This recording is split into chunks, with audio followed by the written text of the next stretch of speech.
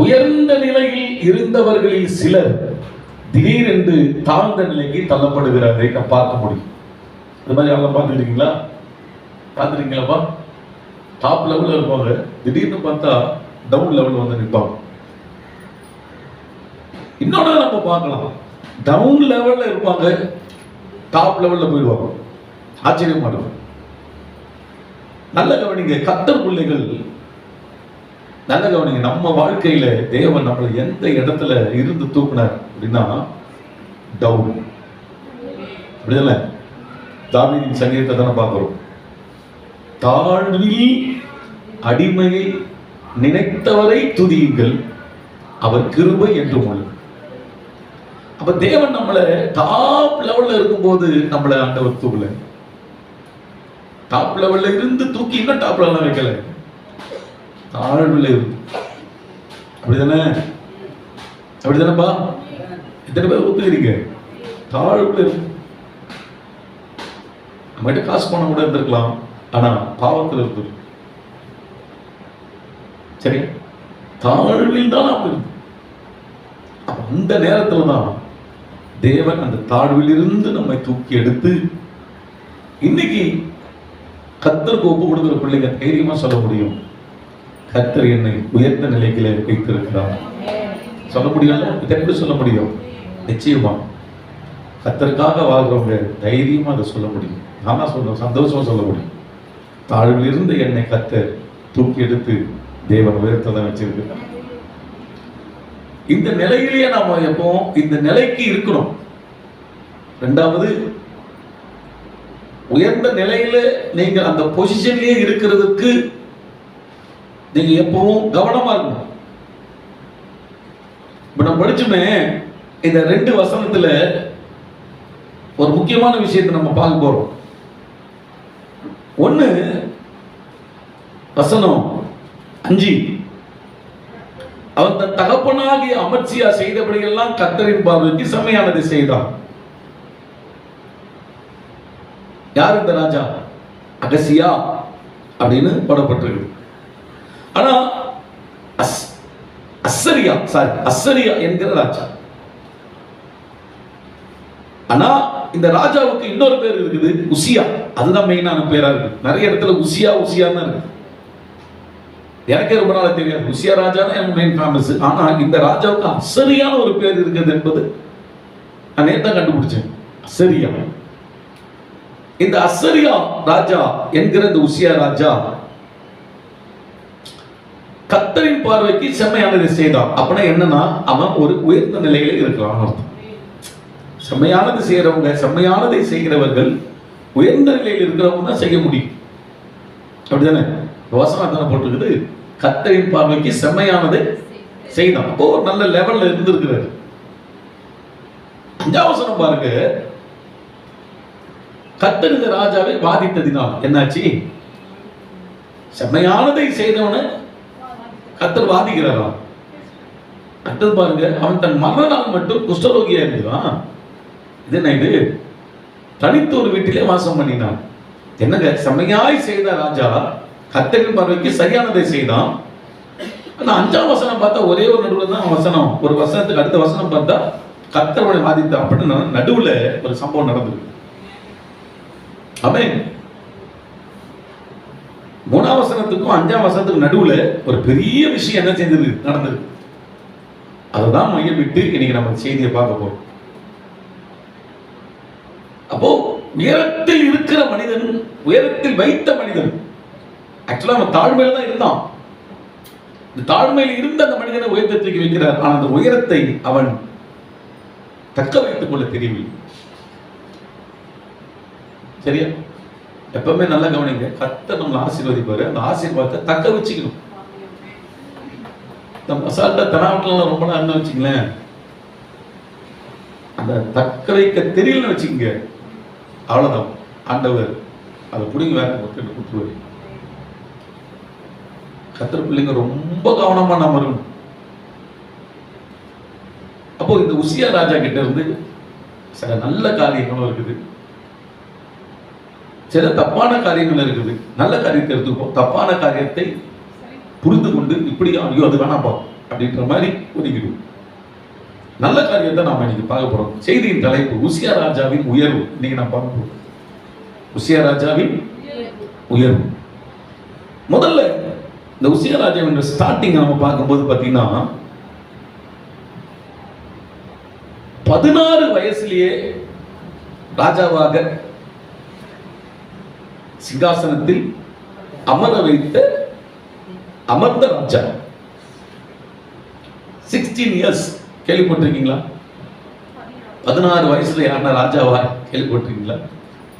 இந்த உசியாக்கு அந்த பாக்கியம் வச்சு கவனிங்க. 16 வயசுலயே சிங்காசனத்துல உட்கார்ந்த ராஜா. கண்டிப்பா அந்த நேரத்திலாம் இவன் ஒரு டேலண்டான ஒரு 16 வயசு சிறுவன் டேலண்டா தான் இருந்திருக்கு இந்த ராஜா. ஆளி பிள்ளைகளுக்கெல்லாம் ஒன்று சொல்றேன், வாலிப வயசு வந்து கூட சிலர் மெச்சூர்டா ஆகாம இருக்கிறத நாம் பார்க்கணும்.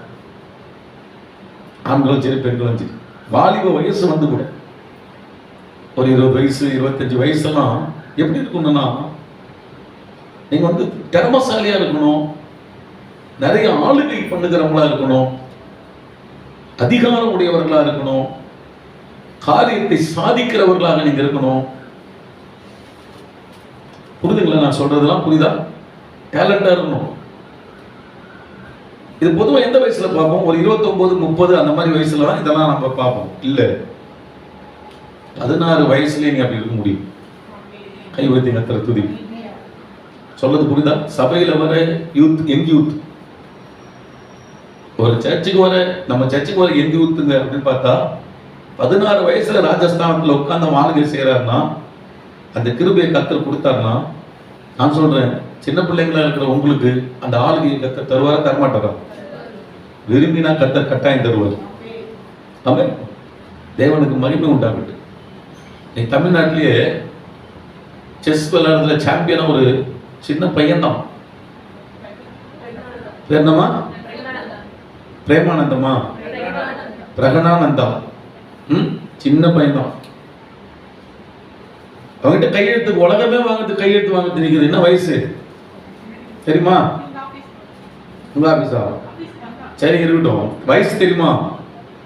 வயசு சின்ன வயசு தான். 10வது நம்ம படிக்கிற வயசு தான். அப்ப நல்லா கவனிங்க. நீங்க சின்ன பசங்க நீங்க சொல்றீங்க என்ன சாதிச்சிருக்கீங்கப்பா? ஏதாச்சும் லிஸ்ட் இருக்குதா? என்னைக்காச்சும் யோசிச்சிருக்கீங்களா? சின்ன பசங்கன்னு சொன்னாவே நிறைய பேர் என்னன்னா, பசங்களே ஒரு சில பேர்த்த நினைச்சுக்கணும் நம்ம விளையாடுற வயசு தப்பு நான் சொல்ல. ஆனா நான் சொல்றேன், நீ சாதிக்கிற வயசு அது. பாலி பசங்களுக்கு சொல்றேன், நீ சாதிக்கிற வயசு.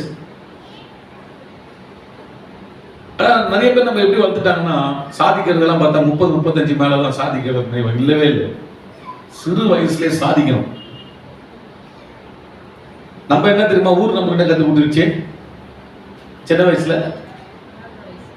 அமக்குளம், அட்டகாசம், வீட்டுக்கு அடங்காது, சோம்பேறி, இப்படி ஒரு அடையாளத்தை தான் என்னது நம்ம காமிக்கிற அளவுக்கு போயிட்டு இருக்கு. நான் சொல்றேன், நீ ஏமாறுற. உன் பக்கத்து வீட்டில் இருக்கிற பையன் அந்த மாதிரி சோம்பேறி ஒரு மாதிரி இருக்கான்னு சொல்லிட்டு நீயும் அதே மாதிரி இருக்க பார்க்குற. அவன் ரட்சிக்கப்படாதவன். ஆனா நீ சர்ச்சுக்குள்ள ரட்சிக்கப்பட்டவன். தேவனாகிய கர்த்தரை உசியா தேவனை ஆராதித்த ஒரு மனிதன் அந்த சிறு பையனை 16 வயதிலே ராஜஸ்தானத்தை கற்றுக் கொடுத்தார். அப்போ தேவன் உன்னையும் சிறு வயதில் என்ன செய்யணும்னா, ஒரு நல்ல ஒரு மகிமையான ஒரு ஆளா கொண்டு அந்த அப்படி விட்டு ஒண்ணு மகிமையான ஆளா என்னது ஆண்டவர் உங்களை வைக்க விரும்புறாரு. உங்க பக்கத்து வீட்டில் இருக்கிற பையனை பார்த்துட்டு உங்க ஃப்ரெண்ட் எல்லாம் பார்த்துட்டு அவன் அட்ராக்ஷன் இருக்கிறான், இவன் இது பண்ணுகிறான், நம்மளும் அந்த மாதிரி. நீ அந்த மாதிரி போகாது. தேவனுடைய பிள்ளைகள் வித்தியாசமாக காணப்படுகிறார்கள். கை வைத்துவோம். கர்த்தர் அதான் விரும்புகிறார்.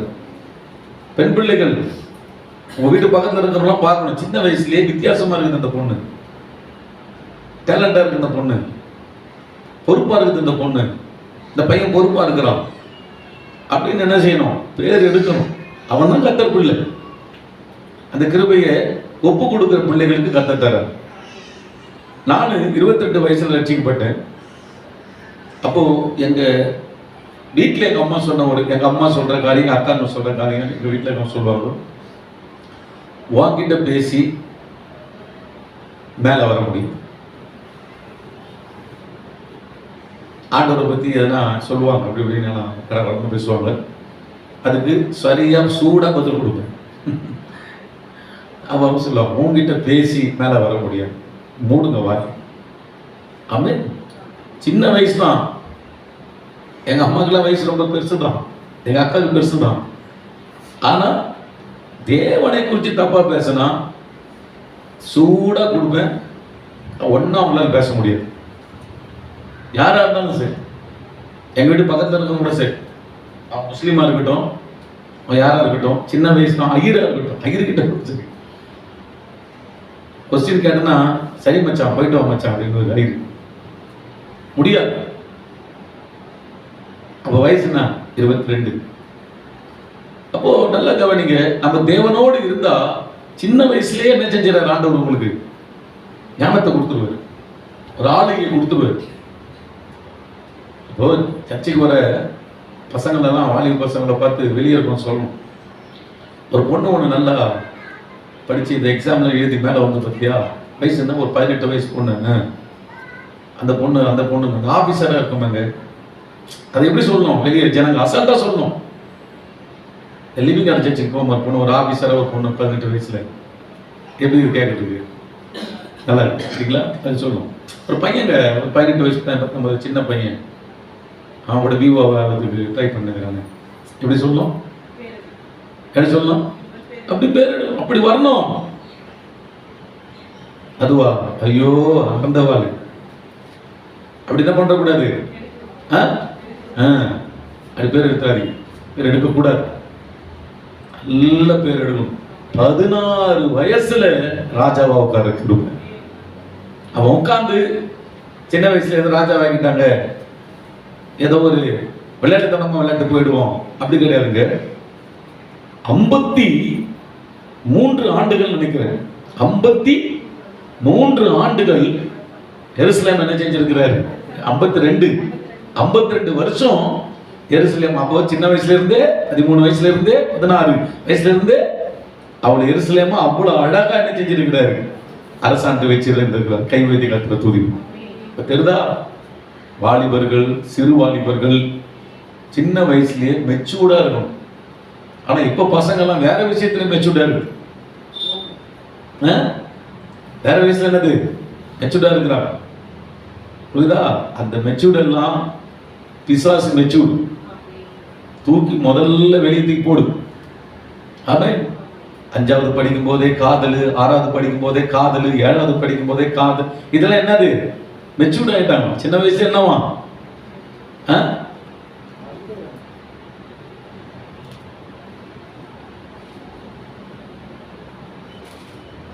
இதெல்லாம் உருப்பட முடியாத வாழ்க்கையில. அந்த வயசு அப்படி இப்படிதான் இருக்கும். ஆனா இது மாம்சம், நம்ம போறது மாம்ச ரூட்டு, இது தேவனுக்கு பிரியமில்லாதது அப்படின்னு என்னது யோசிச்சு தூக்கி போடணும். அதெல்லாம் ஆமென் சொல்லுங்க பார்க்கலாம். அல்லேலூயா. ஆமா, இதெல்லாம் நீங்க வச்சுக்கின்னு விளையாடிக்கின்னு கொண்டுக்கிட்டு இருந்தீங்கன்னா உன் 25 வயசுலாம் நீ ஒரு பரிதாபமான ஒரு பையனா, பரிதாபமான பொண்ணா தான் நீ காணப்படுவ. ஏன்னா சாதிக்கிற வயசுல என்ன பண்ணுகிற, சபலத்துக்கு இடம் கொடுக்குற. சொல்றது உங்களுக்கு புரியுதுங்களா? அதனால ஸ்கூலுக்கு போறீங்களா, யாராச்சும் பொண்ணு வந்து பேசுதா, உன் வேலையை பார்த்து போயினே சொல்லணும். புரியுதா தம்பிங்களா? சொல்றது புரியுதா உங்களுக்கு? நான் வயசு ஒரு 20 கூட ஆகல, சரியா? ஸ்கூலுக்கு போறீங்களா, யாராவது பையன் வந்து சொல்றானா, அவன் வேலையை பார்த்து போடான்னு சொல்லணும். ஆமென் சொல்லுங்க. அல்லேலூயா. ஏன்னா இன்னும் வயசு இருக்குது உங்களுக்கு. குடும்பம் நடத்த தெரியுமா உங்களுக்கு? 1 கிலோ சிக்கன் வாங்கினது குத்துறியாப்பா, வாரம் 1 கிலோ சிக்கனை நீ வாங்கினது கொடு பார்க்கலாம். முதல்ல பாஸ்டருக்கு வாரம் 1 கிலோ சிக்கன் வாங்கினது கொடு. நீ குடும்பத்தை நடத்துறால நான் சொல்லிடுறேன். முடியுமா உன்னால? பொண்டாட்டி சிக்கன் சாப்பிட்ற பொண்ணா இருக்கும், வாங்கி கொடுக்கலாம் 2 நாள் சொல்லுவாங்க, சி உன்ன போய் கல்யாணம் பண்ண போய் கேவலமானவனை சொல்லிடும். என்ன பண்ணுவாங்க? இதெல்லாம் தெரியாம தான் என்ன செய்யுது சின்ன வயசுலயே விளையாட்டு அப்படி துள்ளின்னு போறீங்க, துள்ளெல்லாம் அப்படியே அடக்கட்டும். ஆமென். ஆமா, கவனம், காலத்தை வீணாக்கிட கூடாது. சின்ன வயசுல சாதிக்கிற பிள்ளைங்களா இருக்கணும். சின்ன வயசுல சபலத்துக்குள்ள வந்து போன பிள்ளைங்களா இருக்க கூடாது. அல்லேலூயா, அல்லேலூயா. எல்லாம் என்ன செய்யக்கூடாது, காதுல கேள்விப்படக்கூடாது. கை வைத்து கத்தரை துதிப்போம். கேஜி சேச்சி போற பசங்களா கரெக்டா இருப்பாங்க. அவன் அந்த வயசு வரும்போது அந்த காரியம் கத்தர் ஏற்றபடி என்ன செய்வாரு, செய்வார். எங்க வயசுக்கு முன்னாடி என்ன பண்ற கூடாது, எந்த காரியமும் வந்துடக்கூடாது. அதுக்கு ஒரு வயசு இருக்குது, அந்த வயசுல தான் காரியம் நடக்கும். கல்யாணம் எத்தனை வயசு பண்ணலாம் ஆம்பளைங்களா?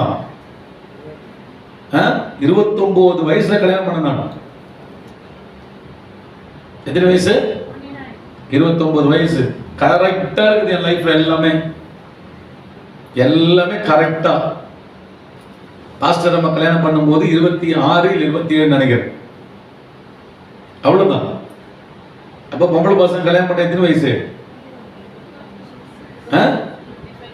இப்பெல்லாம் 14. ஆம்பளை பசங்க கல்யாணம் பண்ண எந்த வயசு?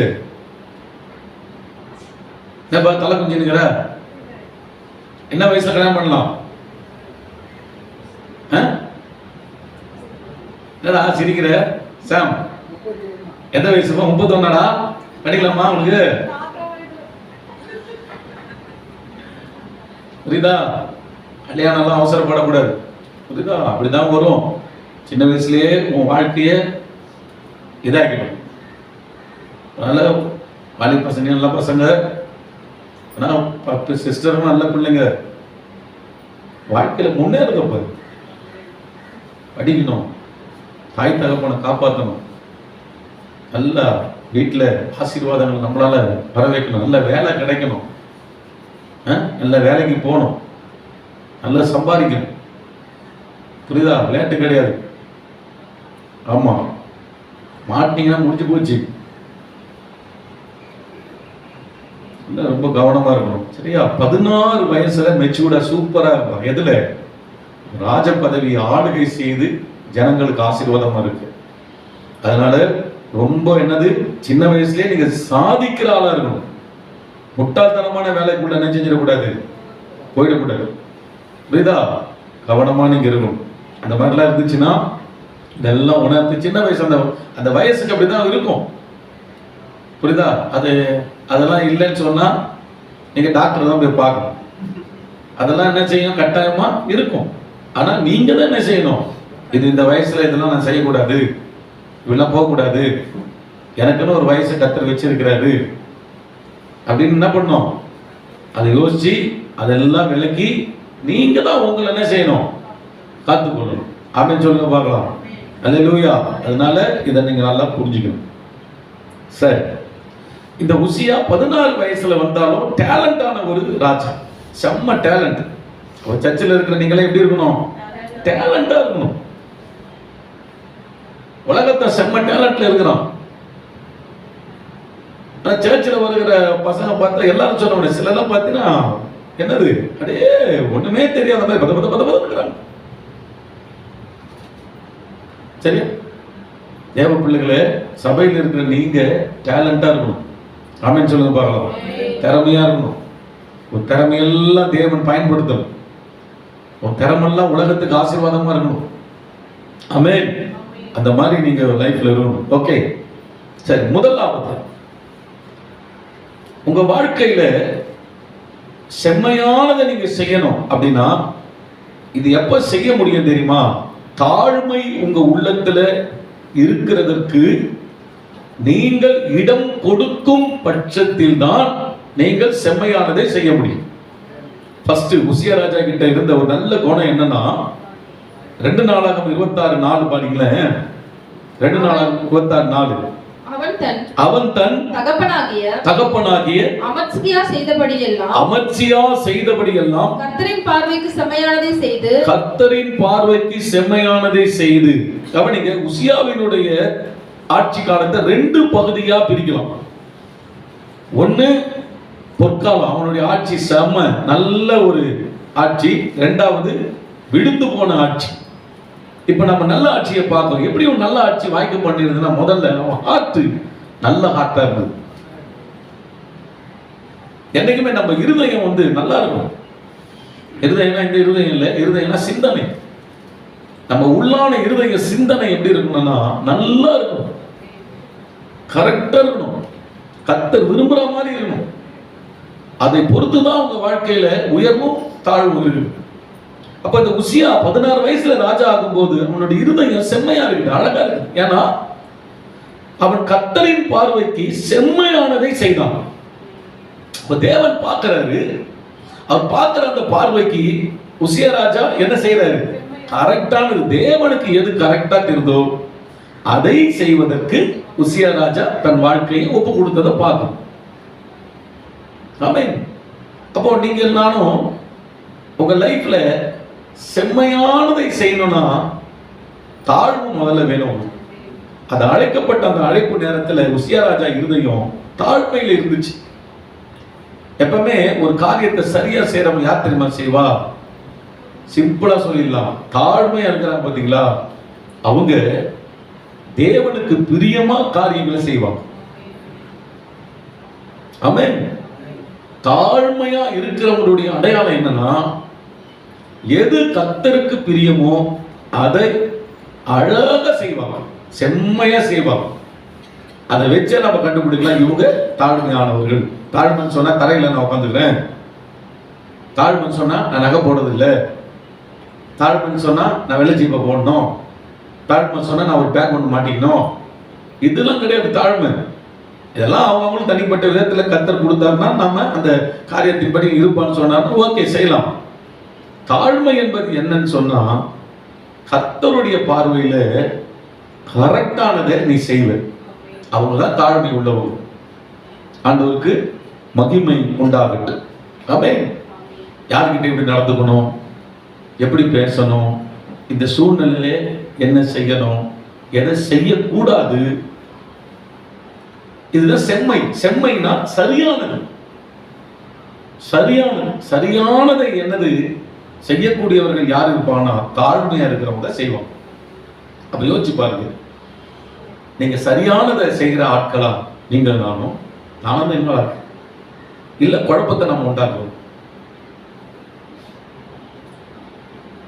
சொல்றது உங்களுக்கு புரியுதா? குழப்பத்தை உண்டாக்குற ஆளா நம்ம இருந்தோம்னா நமக்குள்ள பெருமை இருக்குதுன்னு அர்த்தம்.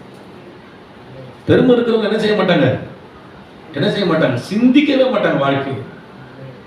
ஒரு ஒரு ஒரு ஒரு காரியம் நடக்குது, ஒரு இதுன்னா பெருமை இருக்கிறவங்க என்ன பண்ண மாட்டாங்க, சிந்திக்க மாட்டாங்க, கட்டா போட்டாலாம் இருக்கும். நான் தாழ்மை இருக்கிறவங்க என்ன செய்வாங்கன்னா அது யோசிப்பாங்க, யோசிச்சு அழகா சிந்திச்சு இதை செய்தால் இப்படி, இதை செய்த இப்படி, அப்போ செம்மையானது எது அப்படின்னு சிந்திச்சு செய்யறவங்க தான் தாழ்மையா இருப்பாங்க. பெருமையா இருக்கிறவங்க என்ன பண்றோம்னா கடகடன்னு ஏதாவது ஒன்று செய்து சொதப்பிடுவாங்க. பக்கத்துல பார்த்து கேளுங்க, உங்க செய்கைலாம் எப்படி இருக்குது?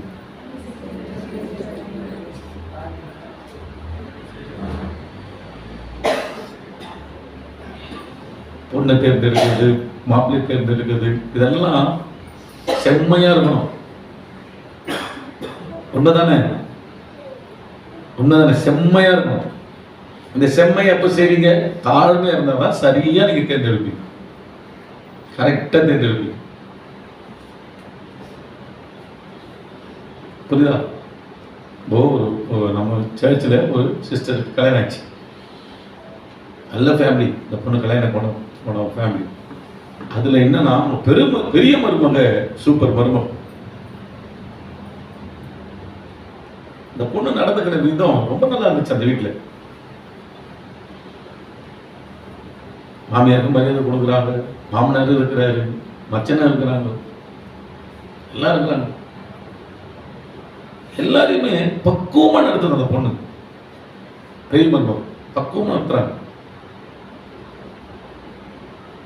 எனக்கு சாப்பாடு கொடுக்கும்போது நம்ம சர்ச் பொண்ணு தான் இருக்குது, ஆனால் நம்ம அவ்வளோவா தெரியல. ஏன்னா அவங்க வந்து கல்யாண சூழ்நிலையில வந்து ஞானஸ்தானம் எடுத்தா நல்ல பொண்ணு. இன்னைக்கு அந்த பொண்ணு நல்லா, நம்ம சேர்த்து பொண்ணு நல்லா சூப்பரா இருக்கு. இன்னைக்கு நல்ல லீடர்ஷிப்ல இருக்கிற அந்த பொண்ணு. பெரிய மருமக அழகா உட்கார வச்சு பாஸ்டருக்கு எப்படி நம்ம கவனிக்கணுன்றதெல்லாம் நம்ம அதெல்லாம் தெரிஞ்சிருக்கணும் அப்படின்னு அதை கொஞ்சம் சொல்லிக் கொடுக்காங்க. சொல்லிக் கொடுத்து இப்படி பொறுமையா சாப்பாடு கொடுக்கணும், செய்யணும். அதுக்கப்புறம் அந்த ரசம் ஊற்றி அதை மோரை ஊற்றணும், தயிரை ஊற்றணும் அப்படின்னு நல்லா பக்குவமாக சொல்லிக் கொடுக்கும். எல்லாம் முடிஞ்சிச்சு, சாப்பாடு எல்லாம் முடிஞ்சிட்டு. அப்போ நான் கேட்டேன், நீங்கள் எப்படி சிஸ்டர் இந்த மாதிரி எல்லாரையும் அனுசரிச்சு பக்குவமாக போறீங்க எப்படி? யாருமே அந்த சிஸ்டரை வந்து ஒரு ஐயோ அப்படின்ற மாதிரிலாம் கிடையாது. எல்லாருமே விரும்புகிறாங்க அந்த சிஸ்டர். அப்போ சொல்லும் போது நான் சிம்பிளாக சொல்கிறாங்க, ஃபஸ்ட் நான் ஆண்டுகிட்ட ஒன்று கேட்கறதுன்னா தாழ்மையை எப்படி நடந்துக்கணும் அதுதான் நான் ஆண்டுகிட்ட கேட்குறேன். அதை ஆண்டவர் என் உள்ளத்துல கொடுக்கும்போது எதை எப்படி செய்யணும், யாரார்கிட்ட எப்படி நடந்துக்கணும்ன்றது நான் என்ன சிந்திக்க முடியுது. அவசரமாக எதுவும் ஒன்று செய்ய முடியல. தாழ்மை இருதய ஆண்டு எனக்கு கொடுக்குறாரு. அப்போ கரெக்டா பாஸ்டர்ஸ் கிட்ட எப்படி நடந்துக்கணும், பாஸ்டர்களுக்காக எப்படி ஜெபிக்கணும், இந்த சூழ்நிலை குடும்பத்துக்கிட்ட எப்படி நடக்கணும், இப்படிலாம் என்னது எல்லாம் புரிஞ்சுக்க முடியுது பாஸ்டர். அப்ப நான் சொன்னேன், நம்ம சர்ச்சைக்கிற பொண்ணு இந்த சிஸ்டர் உறுதியா பிடிச்சிக்கங்க. இல்லையா அவன் பொண்ணு சொல்லிச்சு, ஆமா அக்கா நீ தான் எனக்கு நான் கற்றுக் கொடுக்குறோம் எல்லாம் ஆண்டு கூட எப்படி வளரணும். அப்போ பாருங்க எவ்வளவு இல்லை. இன்னைக்கும் அந்த சிஸ்டர் இன்னைக்கும் நம்ம குறிப்பிட்ட நம்ம சொந்தக்காரர்கிட்ட கேட்டேன் எப்படி இருக்கிறாங்க அந்த பொண்ணு. அந்த சிஸ்டர் எல்லாம் மறக்க முடியல பாருங்க. அவங்க இங்க இருக்க, நான் இங்க இருக்கிறேன். அவங்க குறிப்பிட்ட சொந்தக்காரர்கிட்ட இப்பயும் நான் கேட்டேன், அவங்க எப்படி இருக்கிறாங்க பெரிய மருமக அப்படின்னு. அப்போ அந்த சொன்னாங்க இன்னைக்கும் அந்த பெரிய மருமக நல்ல விதத்துல எல்லாரையும் செயல்பட்டு இருக்குது. அப்போ தாழ்மை இருந்தாதான் கரெக்டா செம்மையா எல்லாத்தையுமே நம்ம செய்யணும். வீட்டு விஷயம்லாம் தாழ்மை இருந்தாதான் செம்மையா நடக்கும். சில வீட்டெல்லாம் நீங்க பாருங்களேன், உள்ள பூந்தாவே புகுந்த அப்படிதான் போயிருப்பீங்க. அங்கிருந்து குழந்தை வரும், உள்ளப்பான்னு சொன்னல நம்ம அப்படி உடனே வெளியே போயிருந்த மாதிரி இருக்கும். நீங்க வாங்க நீங்க எப்படி போக முடியல? போகும்போது என்னதான் அங்கிருந்து குழந்தை அப்படிதான் வந்து இருக்கும் அப்படின்னா நம்ம உடனே வெளியே போறோமா? என்னடா நம்மள சொல்றாங்க, அவன் சொல்றான் நாய்.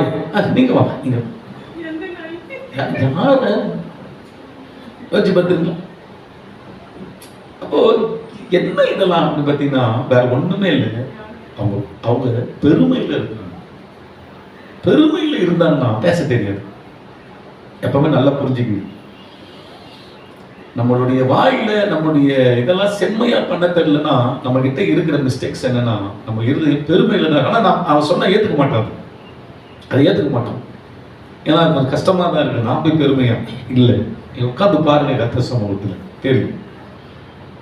பெருமை இருந்துச்சுன்னா நம்ம பண்றது நமக்கே நம்ம கரெக்ட் மாதிரி இருக்கும். ஆனா நிறைய மிஸ்டேக்ஸை உருவாக்கிடும்.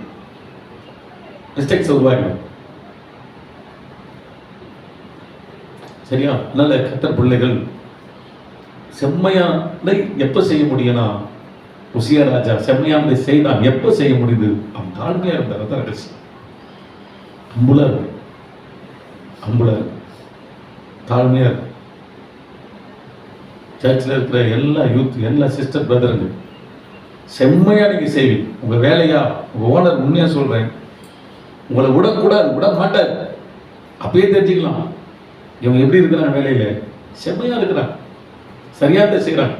எப்ப சாமி எப்படா ஆளு எப்படா எத்த விட்டு போவோம் அந்த மாதிரி என்ன செஞ்சிடக்கூடாது, யோசிச்சிடக்கூடாது. பாஸ்டர் யோசிக்க கூடாது, எப்பா இந்த பிலீவர் போய் தலைவலியே போயிட்ட கூட யோசிக்க கூடாது. இப்படி பண்றது என்னது? செம்மை இல்லாததை செய்யுது. ஆமே செம்மையா செய்யறவங்க எப்படி விரும்பும், அவங்க விட மாட்டாங்க. கணவர் உங்களுக்கு விடக்கூடாது. ஆமே அப்ப விடக்கூடாதுன்னா அப்ப நீங்க எப்படி இருக்கணும்? தாழ்மை எப்போ வரும்? செம்மையானது செய்யணும். செம்மையா செய்ய தாழ்மை இருக்கும். இப்போ காலம் பாருங்க, அந்த காலத்துலலாம் மனைவியெல்லாம் வாடியம்மா அப்படிதான் அது கூடுவாங்க. புரியுதுங்களா?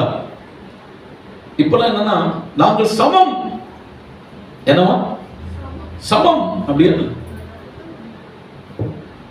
கொஞ்சம் வாடி, இங்க கொஞ்சம் எத்தனை வாடி அப்படி அன்பா கூடுறது பழக்கம் உண்டு.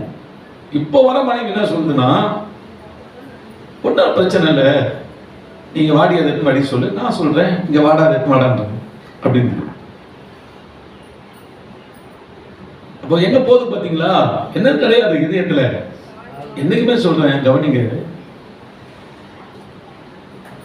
ஆண் பெண் கர்த்தர் அது அந்த பாடுபாடு பார்க்கறது நிச்சயமா கிடையாது.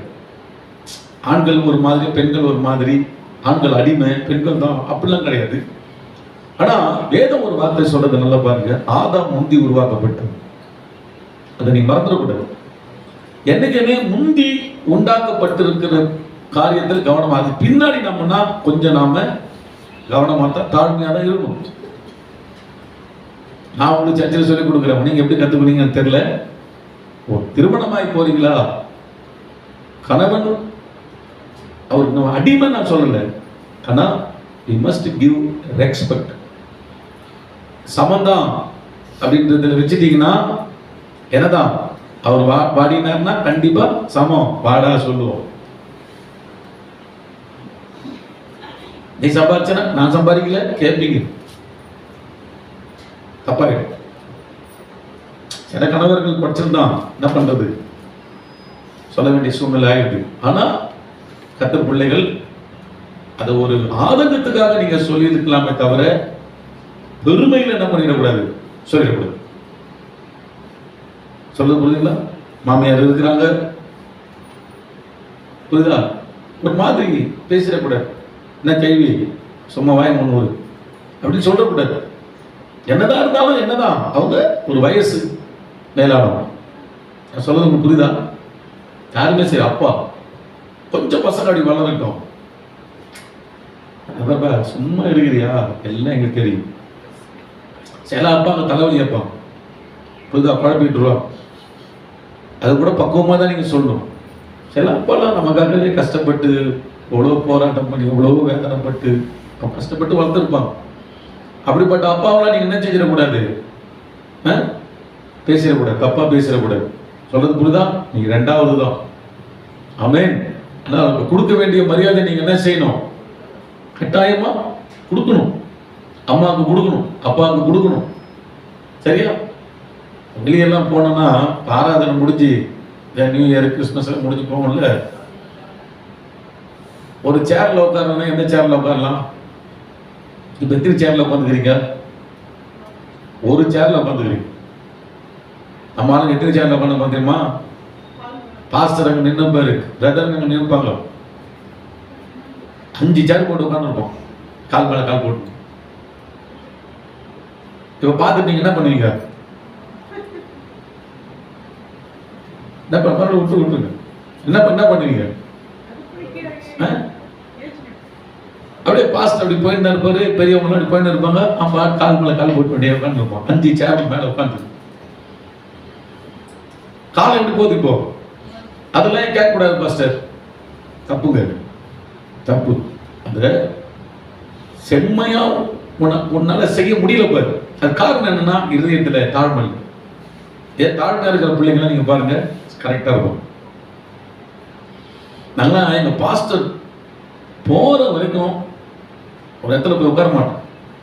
ஆனா அப்படியே நம்ம நீங்க என் கேரக்டர்லாம் அப்படிதான். ஆசை உட்கார்ந்தாதான் உட்காருமான்னு கூட கேட்டுதான் நாங்க உட்காரணும். அது அடிமன்ல நான் சொல்ல மாட்டேன், மரியாதைன்றதை நான் சொல்றேன். ஏன்னா இப்படி சிந்திக்க முடியல, இவர் அப்படியே கண்ட்ரோல் பண்றாரு, இவர் அப்படியே அடிமைப்படுத்துறாரு, அந்த இது கிடையாது. மரியாதை, ஒரு மரியாதை எதுக்கு இருக்குது? புருஷன் பொண்டாட்டி மரியாதை இருந்தா தானே. பாஸ்டர் விசுவாசிகள் மரியாதை இருக்கணும்ல. மரியாதை இல்லைன்னா அப்புறம் என்னதான்? சரியா? அப்ப மரியாதை முக்கியம். அதுக்கு தான் என்ன செய்யறதுன்னா பாருங்க ஸ்கிட்டல் நடந்துருப்போம். இந்த சேர் தான் அது மேலே ஏறி உட்காந்துங்க. அப்புறம் பஸ் ஆயிரும். அப்புறம் என்ன பண்ணோம்?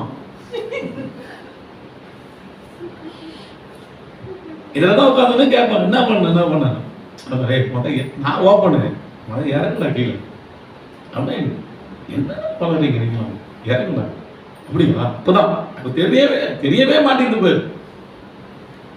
சரி, அப்போ இதெல்லாம் தெரிஞ்சுக்கணும். ஒரு ஓனர் முன்னாடி தனா விட்டா நிற்கிறது பார்த்துட்டு என்ன பண்ணுவாரு, உனக்கு இன்க்ரிமெண்ட் போகலான்னு பார்த்துருப்பாரு. நீ தனா விட்டா நிற்கிற அந்த பெருமையை பார்த்து அடப்போயா என்னது உனக்கு இன்க்ரிமெண்ட் போ அப்படின்னு ஒருத்தன் தாழ்ந்து நடப்பான், போட்டு போயினே இருப்பாரு. அம்புடா இருக்கு. ஒரு டீச்சர் முன்னாடி ஸ்கூல்ல போறீங்க, டீச்சர் முன்னாடினா தாழ்மையா இருக்கு. சரியா? ஏன் சிலர் வாழ்க்கையில கோணல் மாடலுக்கு போய் செம்மை இல்லை. இதுதான் ஒரு வீடியோ ஒன்று பார்க்குறேன். சார் சொல்றாரு, அவன் சொல்றான் அந்த மாணவன், சாரு சொல்லாதுன்னு சொல்றேன்ல அப்படின்றான். யாரு? மாணவன். சாரு அவர்ல சொல்லுடா, இப்ப என்னடா பண்ணுவேன், என்னத சொல்லுவியா அப்படின்றான். சார என்னது சொல்லுவியா அப்படி அப்படியேன்றான். அடிக்க வரியாடா? ஆமா அடிக்கதானே வருவேன் அப்படின்றான். எப்படி இருக்குது பாருங்க. இவன் வாழ்க்கை செம்மையா இருக்குமா? புரியுதா? இது உலகம். இந்த மாதிரி சொல்லி கொடுக்கறதுக்கு உலகத்துக்கு யாரும் கிடையாது. சரியா? ஆனா தேவன் நமக்கு சபையை வச்சிருக்கிறார்.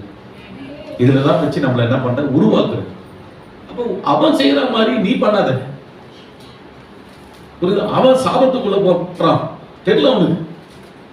அவன் வாழ்க்கை கோணல் மாடலமா போகுது. ஆனா நீ என்ன பண்ணணும்? நல்ல கவனி. உன்னுடைய ஆசிரியருக்கு எவ்வளவு நீ நல்லது செய்ய முடியுமோ அவனுக்கு செய்யணும். ஆமென் சொல்லுங்க பாருங்க. அவன் மனசு கஷ்டப்படாம எந்த அளவுக்கு எல்லாம் பண்ணணுமோ அந்த அளவுக்கு நீங்க பண்ணணும். எனக்கு போன் கால் வரும், பாஸ்டர் சர்ச்சில் இருந்து பாஸ்டர் இந்த பையன் பாஸ்டர் கொஞ்சம் சரி பண்ணுங்க பாஸ்டர், அந்த சர்ச்சில் இருந்து அந்த பையன் பாஸ்டர் கொஞ்சம் சரி பண்ணாலும் இருக்கும், இந்த சர்ச்சில் இருந்து இந்த பையன் பாஸ்டர். உண்மையாக வேதனையா இருக்கும். நம்ம சர்ச்சில் இருந்து ஒரு பையன் இப்படி காட்டுறாங்களே, என்னடா இது அப்படின்னு யோசிக்கிற மாதிரி இருக்கு. சொல்றது உங்களுக்கு புரியுதுங்களா? ஆனா மாற்றங்கள் வரணும். புரியுதா? யாரும் நம்மளை பார்த்து வேதனைப்படக்கூடாது. அப்போ செம்மையானதை நீ எப்போ செய்வ? தாழ்மை இருக்கும் போதுதான். ஹம்பிள்னஸ், இருதயம். யார்கிட்ட எப்படி நடத்தணும், எப்படி மரியாதை கொடுக்கணும், எப்படி பேசணும். ஆமாம். ஒருத்தவங்க வீட்டுக்கு வந்தாங்கன்னா வீட்டுக்குள்ள 1000 சண்டை நடந்தணும். 1000 சண்டை நடக்கணும்னு சொல்லிட்டுனா சண்டை போட்டுங்க வீட்டுக்குள்ள. ஏதோ நடந்துட்டு இருக்குது. ஒருத்தவங்க வராங்கன்னா அந்த நேரத்தில் அவங்க கிட்ட அந்த முகத்தை காட்டுவோம். சொந்தக்காரர்கிட்ட என்ன இப்பதான் வந்தீங்களா, உட்காருங்க அப்படின்னா, ஐயோ இவ்வளவு இருக்கிறாங்களா, ஆளுங்களா இருக்கிறாங்களா இல்லையா, உட்காருங்க. இந்த பாரு உங்க வீட்டு ஆள் வந்துக்கிறாங்க பாரு. யார் வீட்டு ஆளு? உங்க வீட்டு ஆள் வந்துக்கிறாங்க பாரு. பச்சை தண்ணி குடிக்கணுமா அந்த வீட்டில் பண்ணி சொல்லலாம். ஆனால் உங்க வீட்டு அங்கே சண்டை நடக்கும் அவங்க முன்னாடி. புரியுதா? அவ்வளோதான். வந்தவங்க மாதிரி ஆகும். இதெல்லாம் என்ன செம்மையே கிடையாது. புரியுதா? இதெல்லாம் ஃபேமிலியே கிடையாது. உடச்சி போட்ட மாதிரி இருக்கு ஃபேமிலி. நல்ல செம்மையான உள்ளவங்க 1000 இருந்தாலும் பார்க்கவும். ஆமென். புருஷன் வீட்டோ மனைவி வீட்டோ எதிராளியா கூட இருக்கட்டும், வந்து உட்கார வச்சு அவங்க போற வரைக்கும் அமைதியா இருந்து காரியத்தை செஞ்சு அவங்க மனசு கஷ்டப்படாம நடத்தணும் மாதிரி நடத்தி அவங்க அனுப்புவாங்க. இதுதான் செம்மையானது. சரியா? பெண் பிள்ளைங்களாம் இதெல்லாம் ரொம்ப கவனமா இருக்கணும். கல்யாணம் ஆகி போனீங்கன்னா உங்க வீட்டுலாம் இந்த மாதிரி வர சொந்தக்காரங்க அவங்களாம் ஒரு 2 நாள் தங்கணும். சில வீட்டிலலாம் பார்த்துக்கிறீங்களா, ஒரு நாள் தங்க மாட்டாங்க நம்ம வீட்டில். சில வீட்டில் ஐயோ அவ்வளோ ஏம்மா அது வாயில எவன் நிற்பான், ஒரு பச்சை தண்ணி கொடுக்காது, ஒரு சுத்தண்ணி போட்டு கொடுக்காது, அவ்வளோதான் சூட்டில் தீச்சி அமுச்சு விட்டுரும் முகத்தை அப்படின்னு.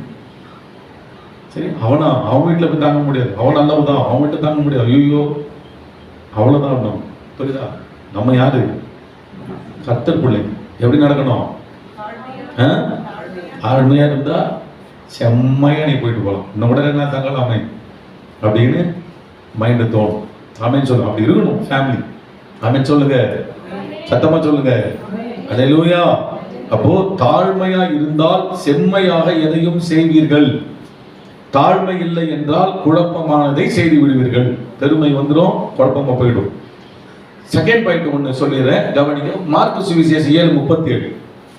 இயேசுவோட வாழ்க்கையை நீங்க பாருங்க. அவர் எல்லாவற்றையும் எல்லாவற்றையும் நன்றாய் செய்தார். இன் ஜீசஸ் லைஃப், இயேசுவோட வாழ்க்கையை நீங்க நல்லா பாருங்க. கோணலானது எதுவுமே அவர் செய்யல, குழப்பமானது எதுவுமே அவர் செய்யல. எல்லாவற்றையும் எப்படி செய்தாரா? நன்றாய் செய்தார். கைதட்டி ஆண்டவரை துதிப்போமா? நல்ல கரங்களை கட்டி கர்த்தரை ஸ்தோத்திரம் பண்ணுவோமா? கை கொண்டு வந்திருக்கோம் எல்லாம் கையை தட்டி நல்ல உற்சாகமா கர்த்தரை துதிப்போமா? நன்றாய் செய்தார் எல்லாவற்றையும். அப்ப எப்படி? அதான் செம்மையா, நன்றாய் செம்மையா செய்தார். அப்ப எப்படி ஒரு ஆள் செய்ய முடிஞ்சது? எப்படி? வெரி குட், தாழ்மை.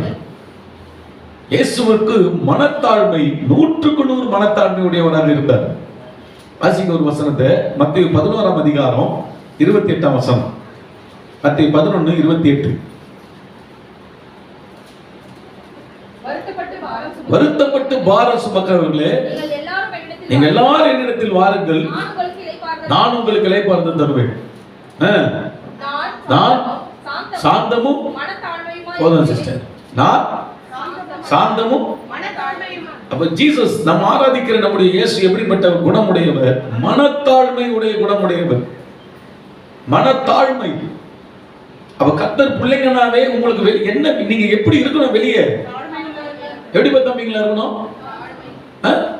தாழ்மையா இருக்கணும். இயேசுவை நாம ஆராதனை செய்யறோம்னா, ஆராதனை செய்கிறதான உன்னை ஜனங்கள் பார்க்கும் போது இவன் இடத்திலிருந்து இவன் இடத்திலிருந்து இயேசு வெளிப்படுகிறார் சொல்லணும். எதை வச்சு சொல்லுவாங்க? நீ தாழ்மையா நடந்து கொண்டதை வச்சு தான் சொல்ல முடியும். ஆமென். பெருமையா பேசுறது, பெருமையா இருக்கிறது, அகந்தையா இருக்கிறது, எவனா சர்ச்சைக்கு போறதை விட பேசாம எங்கன்னா போடான்னு சொல்லி சொல்ற அளவுக்கு என்ன பண்ணக்கூடாது? சத்தமா இருக்கக்கூடாது. இந்த தாழ்மை வெளிப்படணும், தாழ்மை வெளிப்படணும். அவர் இயேசு எப்படிப்பட்டவர்? மனத்தாழ்மையாக இருக்கிறேன்னு சொல்றார். அதனால்தான் எல்லாவற்றையும் நன்றாய் செய்தார். ஆமென். எல்லாவற்றையும் நன்றாய் செய்தார். அப்ப எல்லாம் நல்லதா செய்து முடிக்கணும்னா உனக்கு தாழ்மை இருந்தா தான் அது முடியும். ஆமென். ஹல்லேலூயா. தாழ்மை இருக்கணும். எல்லாம் நல்லா நீ செய்வே, ஒரு காரியம் கூட மிஸ்டேக்ஸ் இருக்காது. அழகா எல்லாத்தையும் என்ன பண்ணுவீங்க? உங்க குடும்ப விஷயம், சபை விஷயம், ஊழிய விஷயம், சரியா, சொந்த பந்தங்களை காத்துக்கொள்ற விஷயம் எல்லாம் நன்றாய் செய்வாங்க. எது இருந்தாலும் தாழ்மை இருந்தாலும். பெருமை இருந்துச்சுன்னா ஒட்டச்சி போட்டுருவோம், ஒட்டச்சி போட்டுரும் எல்லாத்தையுமே. தாழ்மை ரொம்ப முக்கியம். இயேசு எல்லாவற்றையும் நன்றாய் செய்த காரணம், நான் மனத்தாழ்மையாக இருக்கிறேன். அந்த ஹம்பிள்னஸ் இருந்தாதான் எல்லாத்தையும் நம்ம கரெக்டா செய்ய முடியும். ஆமென். தேவனுக்கு மகிமை உண்டாவதா. ஹல்லேலூயா. கர்த்தர் சொல்ற இரண்டாவது ஒரு விஷயத்தை சொல்லி முடிச்சிடுறேன். ஒண்ணு, தாழ்மையா இருந்த உசியா என்ன செய்தார்? எல்லாவற்றையும் செம்மையா செய்ய அவரால் முடிந்தது. அது ஒரு நல்ல உயர்ந்த நிலை அவருக்கு இருந்தது. செம்மையா செய்யும்போது உயர்ந்த நிலைக்கு நீங்க வந்துருவீங்க. இரண்டாவது, தேவனை தேடுவதற்கு மனதை செலுத்தினார். அந்த தேவனை தேடுவதற்கு கூட தாழ்மை இருந்தாத முடியும். 2 நாளாகமம் 26:5 வசனம். தேவனுடைய தரிசனங்களில் புத்திமானாய் இருந்து சகரியாவின் நாட்களிலே தேவனை தேட மனதிறங்கி இருந்தான். அவன் கர்த்தரை தேடின நாட்களில் தேவன் அவன் காரியங்களை வாய்க்க செய்தார். ஹல்லேலூயா சொல்லுங்க பார்க்கலாம். அங்க கவனிங்க. உசியா ராஜா இரண்டாவது மனத்தாழ்மையாய் நடந்து கொண்டதால தேவனை தேட மனதிணங்கி இருந்தான். இந்த மனசு இணங்கி இருந்துச்சாம். என்னது? தேவனோட இணங்கி இருந்தது. என்னன்னா, தேவனே உம்மை நான் தேடுகிறேன், உம்மை தேட போறேன். ஒன்னு சொல்றேன், தேவனை எல்லாரும் தேட முடியுமா? ஒரு கேள்வி சொல்லுங்க. ஏங்க நீங்க தேவனை தேட இருந்தா டக்குன்னு பதில் வரும், தேவனை தேடாத இருந்தா டக்குன்னு பதில் வரும். தேவனை எல்லாரும் தேட முடியுமா? முடியாதுங்க, முடியாது. எல்லாரும் தேவனை நினைச்ச முடியாது, தேட முடியாது. யார் தான் தேட முடியும்னா, தாழ்மை மனத்தாழ்மை இருக்கிறவங்க தான் தேவனை தேட முடியும். கடவுளே இல்லைன்னு சொல்லி எத்தனை பேர் சொல்றாங்க. கடவுளே இருந்தாலும் கூட இயேசுதான் கடவுள்னு எத்தனை பேர் தேடுங்கிறாங்க, எத்தனை தேடுங்கிறாங்க. அப்ப தேவனை எல்லாரும் தேட முடியாது. எனக்கு இந்த ரகசியம் ரொம்ப நாளா தெரியாம இருந்துச்சு. எல்லாரும் நான் இந்த ஜனம் ஜபத்துக்கு வர மாட்டேங்குது, நான் இந்த ஜனம் ஜபத்துக்கு வர மாட்டேங்குது, தனிச்சபம் செய்யறாங்களா இல்லையா, அப்படியே எனக்கு மனசு கஷ்டமாவே இருந்துட்டு இருந்தது. இப்போ இந்த வசனத்தை நான் தியானிக்க ஆரம்பிச்சேன். அப்போதான் தெரியுது, தேவனை என்ன செய்ய முடியாது, எல்லாரும் தேட முடியாது. எல்லாம் தேடணும் ஆசைதான், ஆனா எல்லாரும் தேட முடியாது. ஏன்னு சொன்னா பெருமை இருந்தா தேட முடியும்.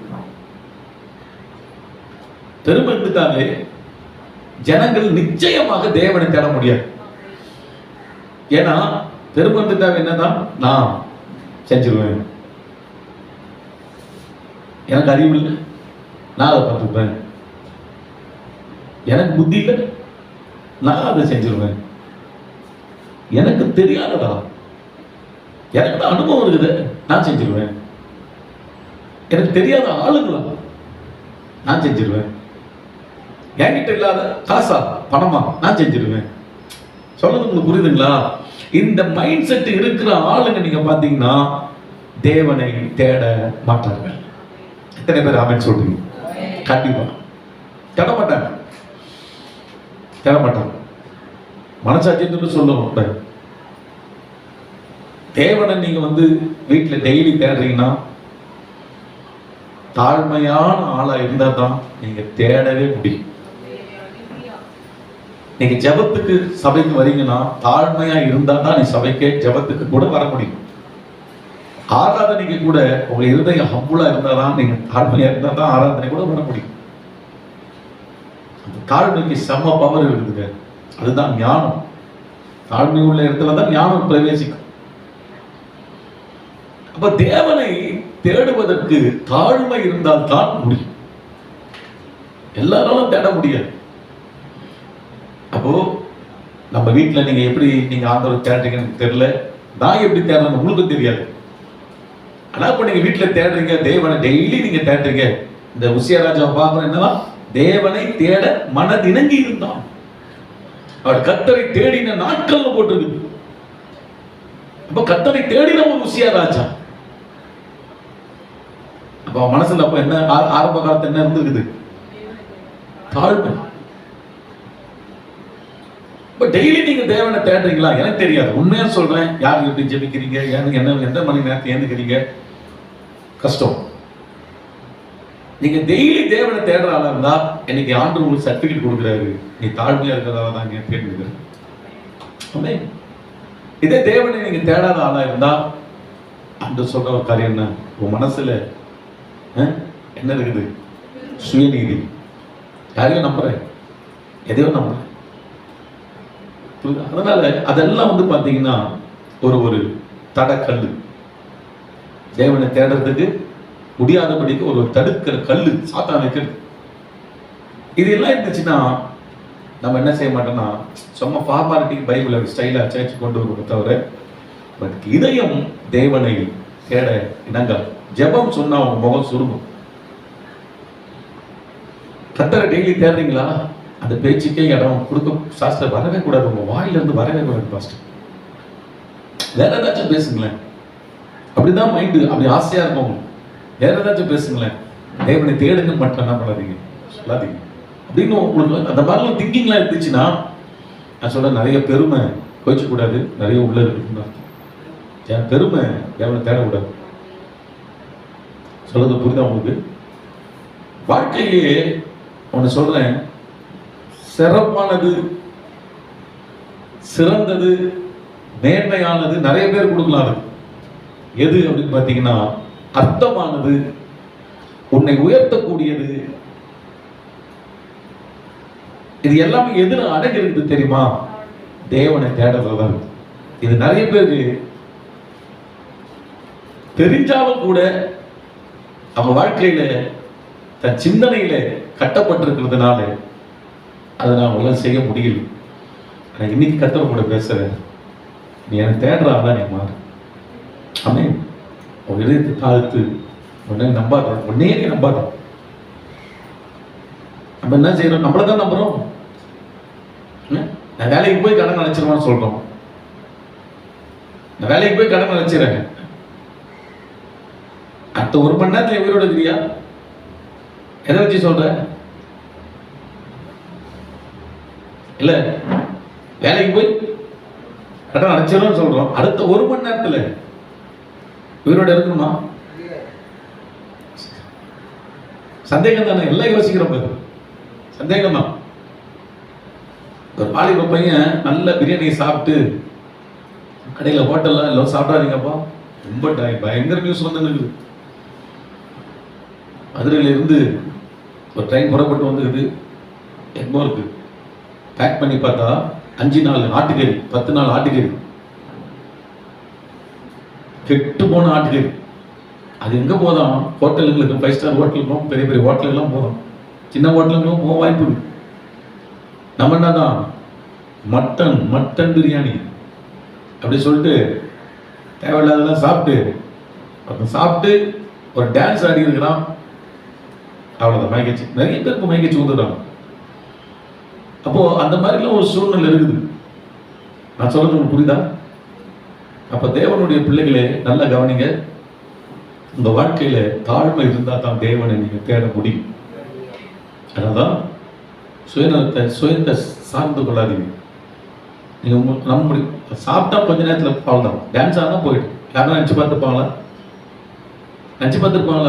ஏதோ வியாதிப்பட்டு இருந்தாங்க, ஓகே. ஒண்ணுமே இல்லைங்க, ஒண்ணுமே கிடையாது. அதனால என்னைய நான் நம்ப முடியாது, உங்களையும் நீங்க நம்ப முடியாது. அப்படி இருக்கும்போது நீங்க என்ன செய்ய முடியாது? எதையுமே உங்களுடைய நம்பாதீங்க. எத்தனை பேர் புரியுது?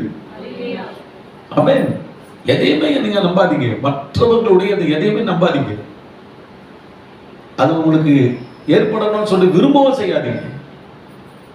ஒன்னே ஒன்று சொல்றேன், தேவனுடைய மூச்சை யாரும் நிறுத்த முடியாது, தேவனுடைய மூச்சை யாரும் எடுக்கவும் முடியாது. தேவனுடைய மூச்சு அதுக்கு முடிவுன்னு ஒண்ணு கிடையவே கிடையாது. அப்படிப்பட்டவரை நம்புங்கன்னு இந்த காலை வேளையில நம்ம சொல்லி கொடுக்குறேன்.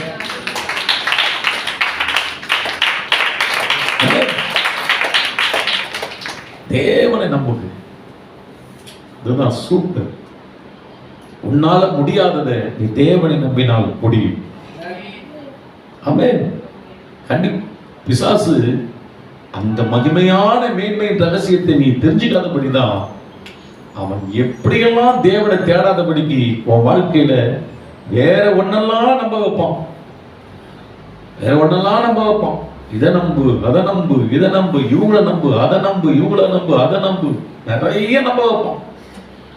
கடைசியில என்ன ஆயிடும்னா நீ ஒண்ணும் இல்லாம அப்படியே தோத்து போய் உட்காந்துருக்க.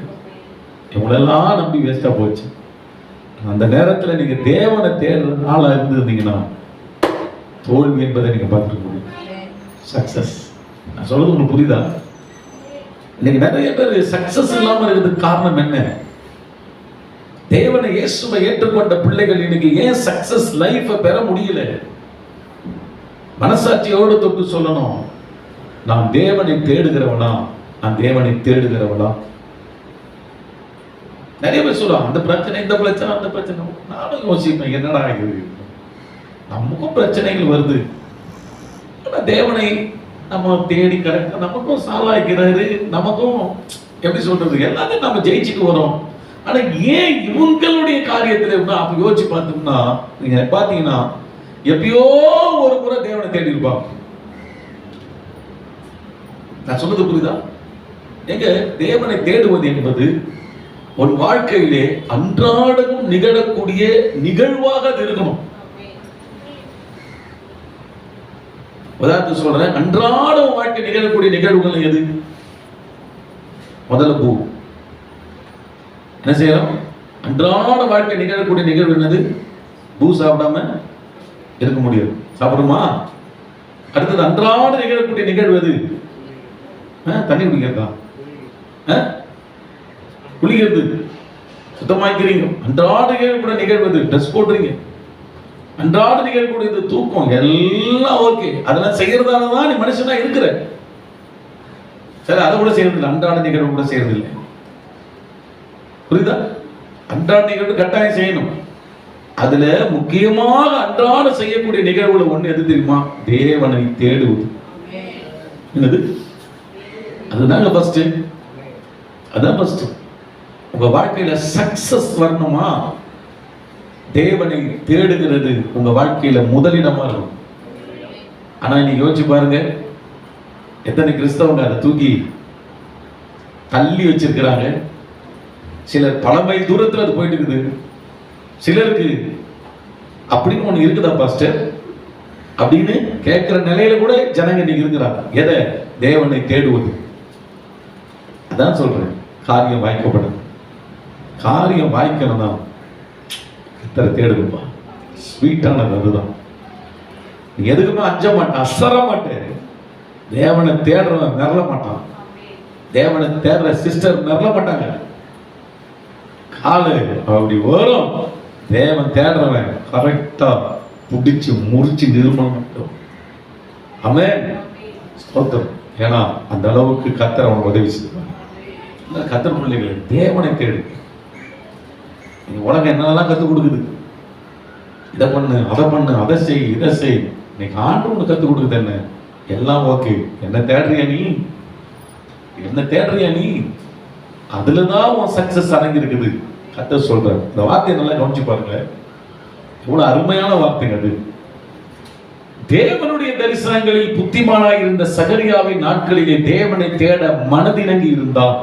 அது ஒரு மனசு வேணும், இணங்கணும், இணங்கணும். அது ஆசையா வரணும். ஐயோ அதெல்லாம் எனக்கு வேணாம் அப்படின்னு சொல்றாதீங்க. அது வரணும். தேவனை தேடுறதெல்லாம் கசப்பா இருக்கக்கூடாது, ஜனங்களுக்கு இனிமையா இருக்கணும். அவன் கர்த்தரை தேடின நாட்களில் தேவன் அவன் காரியங்களை வாய்க்க செய்தார். கைதட்டுங்க பாருங்க. அவன் அவன் எவன்? உசியா கர்த்தரை தேடின நாட்களில் தேவன் உசியாவின் காரியங்களை வாய்க்க செய்தார். அப்ப காரியம் வாய்க்கணும்னா காரியம் வாய்க்கணும். இன்னைக்கு நிறைய பேர் கத்தன ஆசை, காரியம் நடக்கணுமே, காரியம் நடக்கணுமே. காரியம் நடக்கலையே, இன்னும் விஷயம் நடக்கலையே. இவங்கள போய் பார்க்கலாமா, அவங்கள போய் பார்க்கலாமா, இந்த எம்எல்ஏ பார்க்கலாமா, அந்த எம்எல்ஏ பார்க்கலாமா, அவங்கள போய் பார்க்கலாமா, இவங்கள போய் பார்க்கலாமா. அவங்களையும் பார்க்க வேணாம், யாரையும் பார்க்காதீங்க. ஒரே ஒருத்தரை சொல்லிக் கொடுக்குற அவரை பாருங்க, காரியம் வாய்க்கும். எத்தனை பேர் விசுவாசிக்கிறீங்க? ராஜாங்க உசியா ராஜா யாரால காரியம் வாய்க்கப்பட்டது? அவன் கர்த்தரை தேடின நாட்களில். கர்த்தரை தேடினா காரியம் வாய்க்கும். மகளிர் கை பிடிச்சு சொல்லுங்க, நல்லா சொல்லுங்க. வாய்க்கும், வாய்க்கும். இந்த காரியம் நடக்கணுமே, இந்த காரியம் நடக்கணுமே, வீடு கட்டணுமே, பையன் கல்யாணம் பண்ணணுமே, பொண்ணு கல்யாணம் பண்ணணுமே, கடன் அடைக்கணுமே, அது இருக்குதே, இது இருக்குதே, சொல்லிக்கிட்டே போனோம்.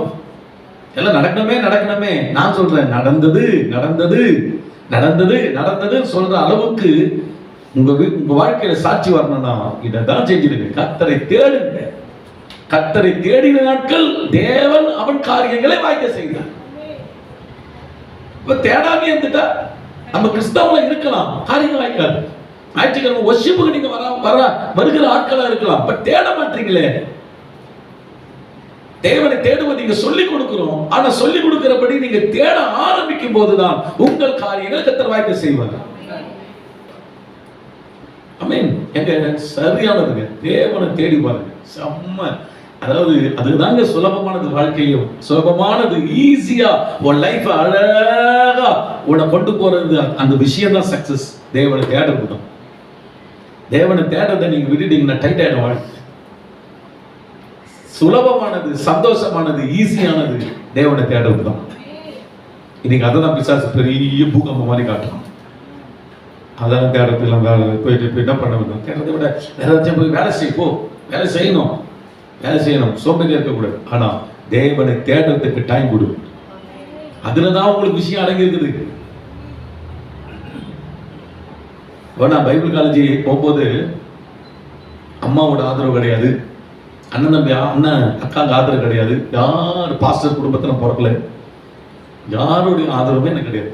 இப்போ பைபிள் காலேஜ் போயிட்டு கர்த்தர் அழைச்சார், போயிட்டு அந்த ஃபீஸ் யார் கட்ட போறாங்க கூட தெரியாது எனக்கு. சொல்லிட்டு போயிட்டேன். இப்போ பைபிள் காலேஜ் போனா நம்ம பசங்களை காலேஜில் சேர்த்துருவோம். காலேஜில் சேர்த்த பேரண்ட்ஸ் இங்கே இருக்கீங்களா? காலேஜில் படிக்க வச்ச பேரண்ட்ஸ் இருக்கீங்களா? நீங்கள் கை தூக்க பார்க்கலாம். 1 2 3 நிறைய பேர் இருக்கு. பரவாயில்ல, சூப்பர். உங்களுக்கு தெரியும், சுறுசுறுப்பாக காலேஜில் சேர்ப்போம். அந்த சேர்த்த பிறகு அதுக்கு 500, இதுக்கு 1000, இதுக்கு 800, இதுக்கு 2000, இதுக்கு ஒரு 300. ஃபீஸை விட்டுருங்க சார். நார்மலாக காட்டுறது ஃபீஸ் கேட்குறாங்களா இல்லையா? என்ன தாஜன் சிஸ்டர், பாஸ்கர் பிரதர், காலேஜ் படிக்கிற சிஸ்டர் பிரேமா சிஸ்டர், யார் படிக்க வச்சிங்க நீங்கள்? 3 பேருமே காலேஜா? உட்காந்து சொல்லு. அப்பா பரவாயில்லப்பா, காலேஜில் முடிச்சுட்டு சூப்பர், எத்தனை ஆசிரியர் இருப்பார். அப்போ படிக்க வைக்கிறோம். இதை கொடுக்கறதுக்குள்ள நம்ம மண்டலம் என்ன செஞ்சுக்கணும்? பிஞ்சின்னு போயிடும். ஐயோ, நான் இப்பதான் சொல்ல வாயை தரகாதிக்கின்றோம். வாயை தரகாதி கம்முன்னு இருக்கும். இப்போ 2 டிக்கெட் ஆயிட்டாங்களா? இது கேட்க நேரத்தில் நான் கூட வந்துட்டேன். இதோ அதுக்கு ஒரு 500 கட்டணும். டேய் போகல, போய் ஜெபம் பண்ணுங்க போங்க. காலேஜ் படிக்க ரொம்ப கஷ்டம். ஸ்கூல் ஆச்சு ஃபீஸ் கட்டிட்டு ஓரளவுக்கு தெரியாது. ஆனால் காலேஜில் கம்மி ஃபீஸ் மாதிரி தான் இருக்கும். ஆனால் அப்பா ஏதாவது ஒன்று கேட்டு இருப்பாங்க. அந்த மாதிரி தான் பைபிள் காலேஜும் அப்படிதான். புரியுதுங்களா? ஏதாவது ஒன்று கேட்டே தான் இருப்பாங்க. நேராக போயிட்டு காலேஜ் படிக்கும் போது அங்கே கிராஜுவேஷன் எல்லாரும் சட்டை எடுத்துருங்க, அவ்வளோதான். யார் பாவம், யாரு பிரதமானவங்க, யாருக்கு என்ன சட்டை எடுத்துருங்க. எல்லாரும் ரோஸ் கலர் சட்டை 250 ரூபாய், அவ்வளோதான் அப்படி சொல்லிட்டு போயிடுவாங்க. இப்போ நாம யார்கிட்ட கேட்பேன்? ஒன்று நல்லா கவனிங்க, உங்க தேவையை எந்த மனுஷங்க கிட்டையும் கேட்கக்கூடாது. எனக்கு தெரியும் இதுக்கு ஆமென் ரொம்ப ஸ்லோவா வரும் அப்படின்னு சொல்லுங்க, கேட்கக்கூடாது. 2வது, உங்க தேவையை யார்கிட்டையும் சொல்லவும் கூடாது.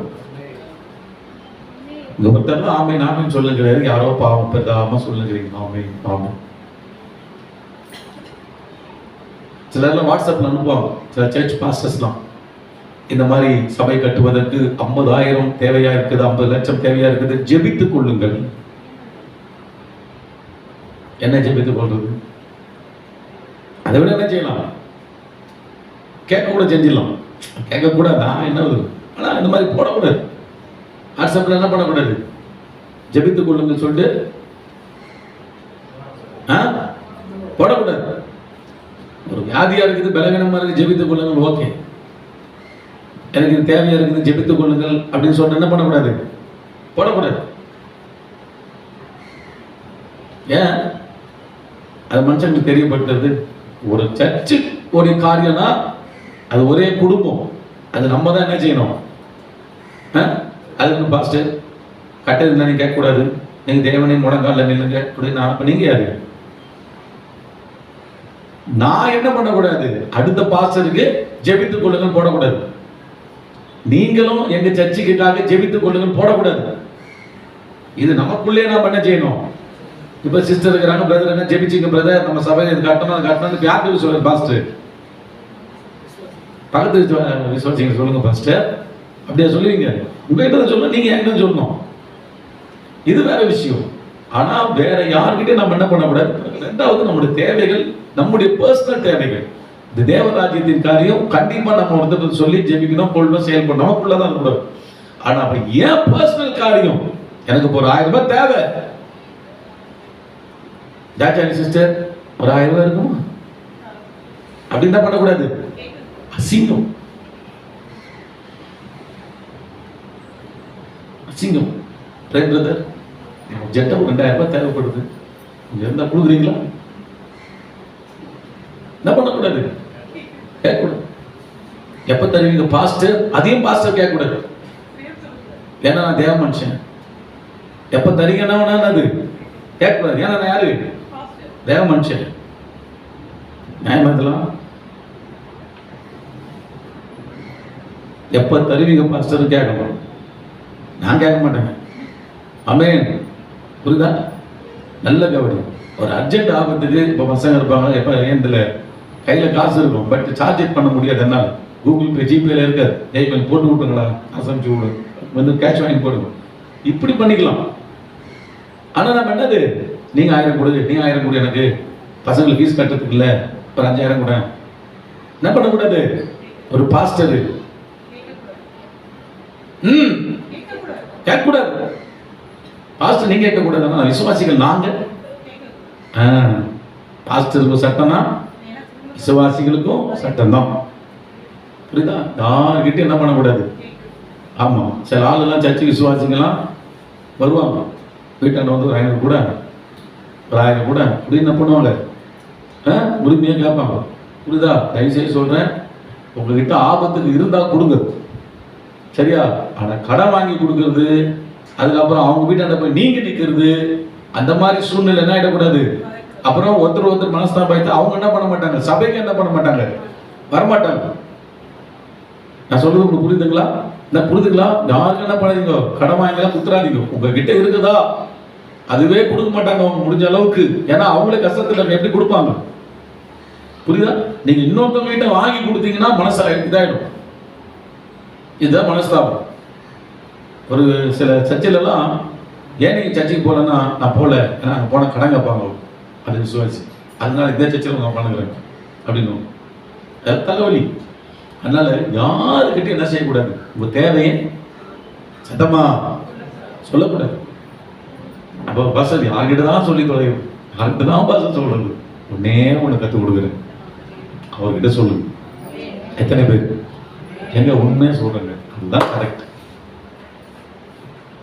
அவன் கர்த்தரை தேடின நாட்களில் அவன் தேவன் அவன் காரியங்களை வாய்க்க செய்தார். யாரோ ஒரு மனுஷங்க இதுல நிக்கிறாங்க, நடுவுல 100 தேவன் தான் நிக்கிறாரு, அவன் காரியங்களை வாய்க்க செய்தார். இந்த மாதிரிலாம் வந்துடுவாங்க, ட்ரெஸ்ஸுக்கு வாங்கணும், அதை வாங்கணும், இதை வாங்கணும். நேரம் போவேன், எவ்வளோ ஃப்ரெண்ட்ஸ் என் கூட இருக்கிறாங்க, எல்லாம் டே 50 போடுறா, டே எனக்கு 20 போடுறா, எனக்கு எவ்வளோ நேரம் ஆகும், தொட மாட்டேன்னு சொல்ல போறாங்க. தாராளமாக போடுவாங்க. ஒரு ஆளுகிட்ட என்னுடைய தேவையை சொல்ல மாட்டேன், புரியுதா? நேராக ஜெபரும் அங்கே இருக்கும், முட்டி போடுவேன். அந்த ஒரு இப்போதான் பாஸ்ட் வந்து 250 ரூபா கட்டணுன்றாரு கிராஜுவேஷனுக்கு, ஒரு வாசல் திறங்க, அற்புதம் செய்யுங்க, உங்களை தவிர எனக்கு யாரும் கிடையாது, நீங்க தான் எனக்கு அப்பா, கூப்பிட்டுட்டீங்க, வந்துட்டேன், யார்கிட்ட கேட்கவும் வெக்கமா இருக்குது, நீங்க தான் செய்யுங்க. விசுவாசத்தோடு இயேசுவின் நாமத்தில் கேட்கிறேன் பிதாவே, ஆமென். கிளாஸ்க்கு போய் உட்காருவேன், கவனிங்க. அங்க இருந்து ஸ்டெனி சாம்பல் பெங்களூர்ல இருக்கிறார், இன்னைக்கும் இருக்கிறார். நேராக அங்கே வந்தார், எல்லாருக்குமா ரெடி பண்ணிட்டீங்களாப்பா, ட்ரெஸ்லாம் ரெடி பண்ணிட்டீங்களா, பண்ணிட்டீங்களா, ஓகே, எல்லாரும் பண்ணிட்டீங்களா, குருக்கு நான் போட்டுக்கிறேன் அப்படின்ட்டு ஒரே வார்த்தை தான், ஒரே வார்த்தை. அவன் குருக்கு நான் போட்டுக்கிறேன், நிறைய மற்ற ரெடியான்ட்டு நான் அவருக்கு தேங்க்ஸ் கூட சொல்றதுக்கு முடியாது, தேங்க்ஸ் பாஸ்டர், தேங்க்ஸ் பாஸ்டர் கூட சொல்ல முடியாது. ஓகே ஓகே குரு பார்த்துக்கன்னா அப்படின்னு போயிடுது, அவ்வளோதான்.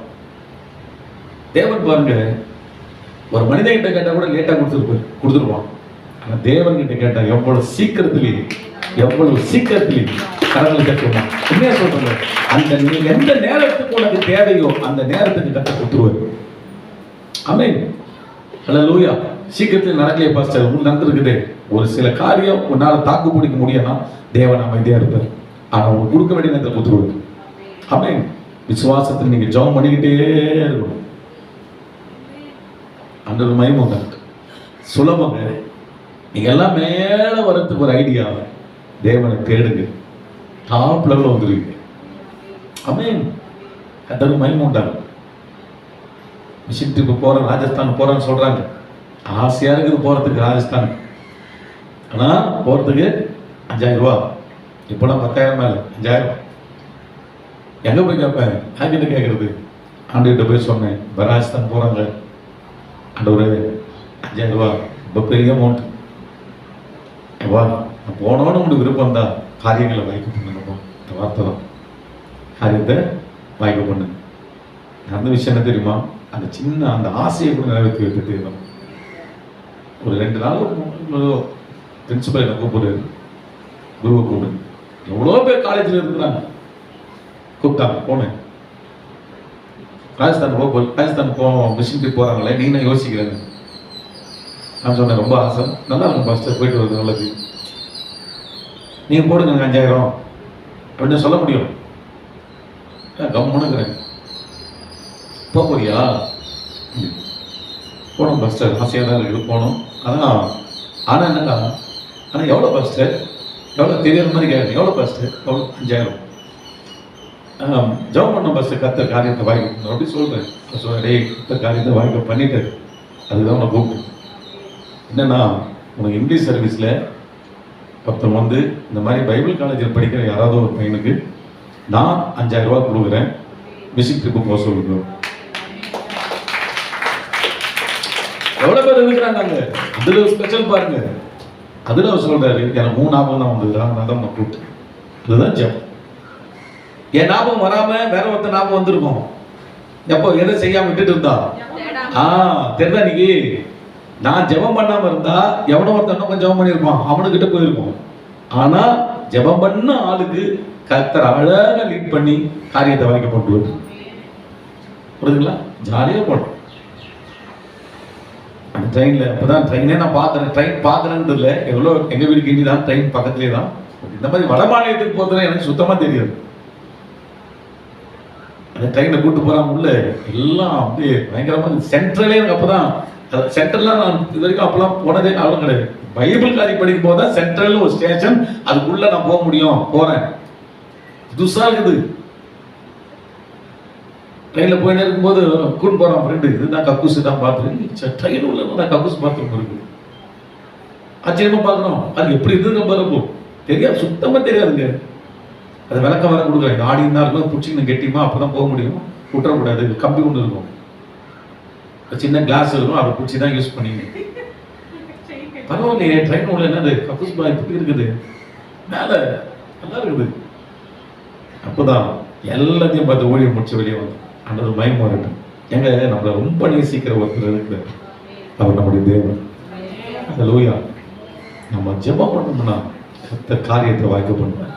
சரியா நம்ம ஜெபிக்கணும், சரியா ஜெபிக்கணும். ஆமென். ஒரு நாள் விட்டு ஒரு நாள், எப்பயோ ஒரு நாள், அந்த மாதிரி இருக்கணும்.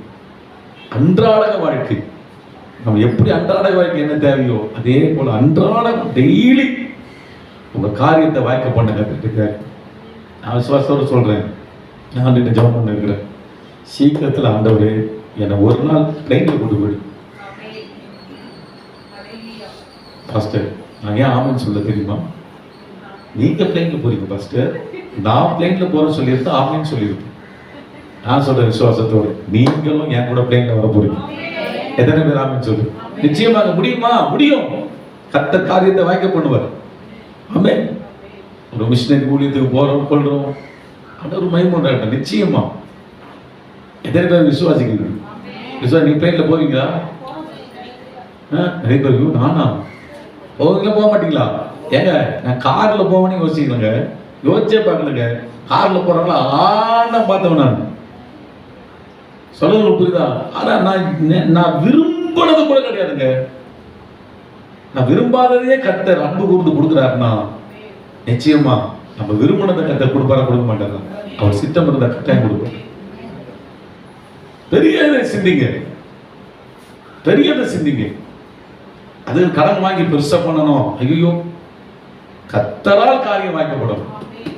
அவன் சொல்லுங்க பார்க்கலாம், கர்த்தரால் காரியம் வாய்க்கப்படும். அப்போ உங்க வாழ்க்கையில டெய்லி கர்த்தர் என்ன செய்யணும்?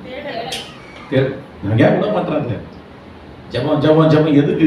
மேட்ரு அதுதான். நடக்குது விஷயம், கிடைக்குது விஷயம், கிடைக்குது காரியம், ஜபத்துல இருக்கு. ஆமென். இன்னைக்கு வரைக்கும் கல்யாணம் 20 வருஷம் ஆயிடுச்சு. யாருக்கிட்ட எங்க மாமியார் கிட்ட கூட போய் சரி 1 ரூபாய் கேட்டதில்லை. சொல்றது புரியுதுங்களா? 1 ரூபாய் கேட்டதில்லை எங்க மாமியார் கிட்ட. அதற்கு மயமும் உண்டாகும். அதே போல எங்க அம்மா கிட்டேயும் சரி 1 ரூபாய் கேட்டதில்லை.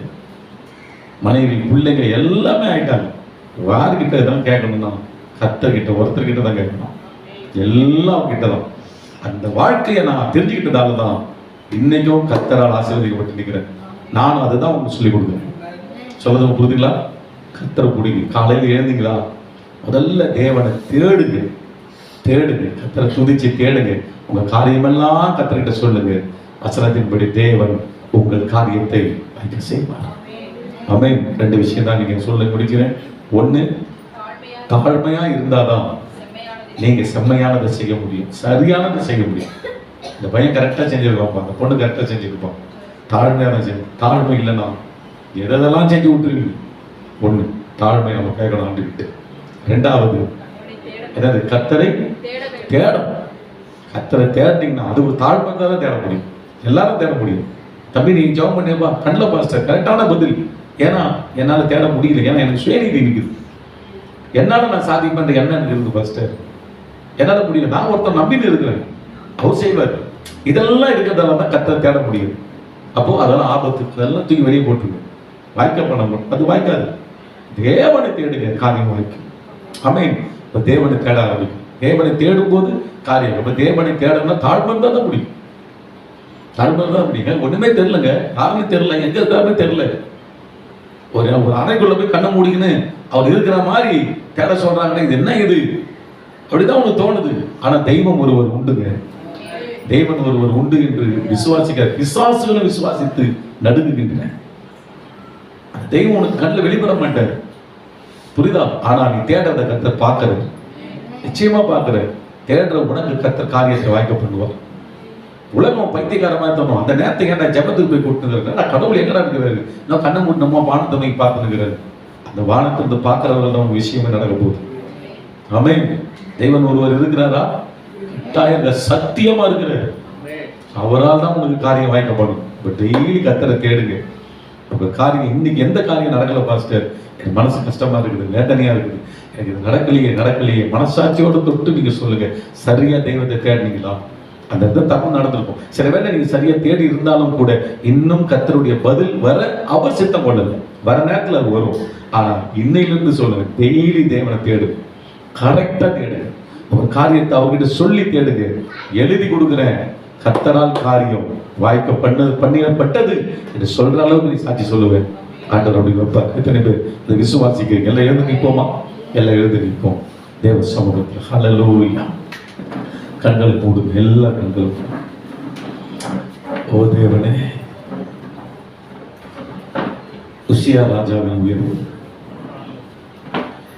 கர்த்தரை தேடின நாட்களெல்லாம் காரியம் வாய்க்க செய்தாரே. எத்தனை நன்மைகளும் ஏசப்பா செய்தாரே. நான் கர்த்தரை தேடின நாட்களெல்லாம் காரியம் வாய்க்க செய்தாரே. எத்தனை நன்மைகளும் ஏசப்பா செய்தாரே. இறுதி வரை என் வாழ்வு ஏசப்பா உமக்குத்தானே. இறுதி வரை என் வாழ்வு ஏசப்பா உமக்குத்தானே. தேடின நாட்களெல்லாம் காரியம் வாய்க்க செய்தாரே. எத்தனை நன்மைகள் ஏசப்பா செய்தாரே. நான் கர்த்தரை தேடின நாட்களெல்லாம் காரியம் வாய்க்க செய்தாரே. எத்தனை நன்மைகள் ஏசப்பா செய்தாரே. கரங்களை கட்டி தேவனுக்கு நன்றி செலுத்துவோம். எல்லாரும் செலுத்துவோமா? முன்னால் வந்து சொல்லப்பட்ட வார்த்தைகளை வைத்து சுருக்கமாக ஜெபிக்க முடியும். வழியில கூட நீங்க பேசின ஒவ்வொரு திருவார்த்தைகளுக்காக நாங்க நன்றியோடு எங்களை தாழ்த்தி ஒப்பு கொடுக்கிறோம்ப்பா. உசியாவுடைய ஆண்டவரே அப்பா காரியங்கள் எல்லாம் கர்த்தர் பார்த்து கொண்டதுக்கான அவருடைய தாழ்மை, ஆண்டவரே கர்த்தரை தேடின அந்த காரியம் ரெண்டும் ஆண்டவரே எங்க வாழ்க்கையில இருக்கணும்ப்பா. காரியெல்லாம் செம்மையாக முடிந்தது தாழ்மையால, கர்த்தரை தேடினதுனால ஆண்டவரே எல்லாம் அவருக்கு கிடைத்ததப்பா. ஆண்டவரே எங்க வாழ்க்கையில உண்மை தேடுகிறத மட்டும் நாங்க விடாதபடி ஆண்டவரே கர்த்தர் காத்துக்கொள்ளுங்க. என்ன 1000 தேவை இருந்தாலும், எந்த சூழ்நிலை வந்தாலும் ஆண்டவரே உம்மை நாங்க தேடணும். ஆண்டவரே உம்மிடத்துலதான் சொல்லணும். மனுஷர்கள் ஆண்டவரே நான் நம்ப கூடாதுப்பா. ஆண்டவரே அதை நீங்க வலியுறுத்தி சொல்லி இருக்கிறீங்கப்பா. உம்மை தேட நாங்க எங்களை ஒப்பு கொடுக்கிறோம். ஒவ்வொரு நாளும் உம்மை தேட நாங்க ஒப்பு கொடுக்கிறோம். அதிகாலையில் உங்க முகத்துல விழித்து ஆண்டவரே காரியங்கள் எல்லாம் நாங்க சொல்ல ஒப்பு கொடுக்கிறோம். எங்களை தாழ்த்தி ஒப்பு கொடுக்கிறோம். உசியாவை போல காரியங்கள் எல்லாம் ஜெயமா மாற ஆண்டவரே எங்க வாழ்க்கையில நீங்க செய்ய போறதுக்காக நன்றி செலுத்துவோம். இயேசுவின் மூலம் பிதாவே, ஆமென். ஆமென். சேர்ந்து சொல்லுவோம். ஆத்துமாவே கர்த்தரை ஸ்தோத்திரி, என் முழு உள்ளமே அவர் பரிசுத்த நாமத்தை ஸ்தோத்திரி. என் ஆத்துமாவே கர்த்தரை ஸ்தோத்திரி. கர்த்தர் செய்த சகல உபகாரங்களையும் மறவாதே. ஆமென். இடது கை நெஞ்சில வச்சுங்க, வலது கையை தலைமையில வைங்க. கர்த்தர் உன்னை ஆசீர்வதித்து காக்க கடவர். கர்த்தர் தம்முடைய முகத்தை உன்மேல் பிரகாசிக்க பண்ணி உன்மேல் கிருபையாய் இருக்க கடவர். கர்த்தர் தம்முடைய முகத்தை உன்மேல் பிரசன்னமாக்கி உனக்கு சமாதானம் கட்டளையிட கடவர். நம்முடைய கர்த்தராகிய இயேசுவின் கிருபை, பிதாவாகிய தேவனுடைய அன்பு, ஆவியானவரின் ஐக்கியம் இயேசு வருகிறவரை நம் அனைவரோடு கூட என்றென்றைக்கும் இருப்பதாக. ஆமென். ஆமென். God bless you sisters. God bless you brothers. கர்த்தர் உங்களை ஆசீர்வதிப்பார். ஒரு வாழ்த்துங்கள். தேவன் உங்களோடு இருப்பாராக. அடுத்த வாரம் ஃப்ரெண்ட்ஷிப் டே, நண்பர்களோடு வாருங்கள். கர்த்தர் உங்களோடு இருப்பார். ஆமென்.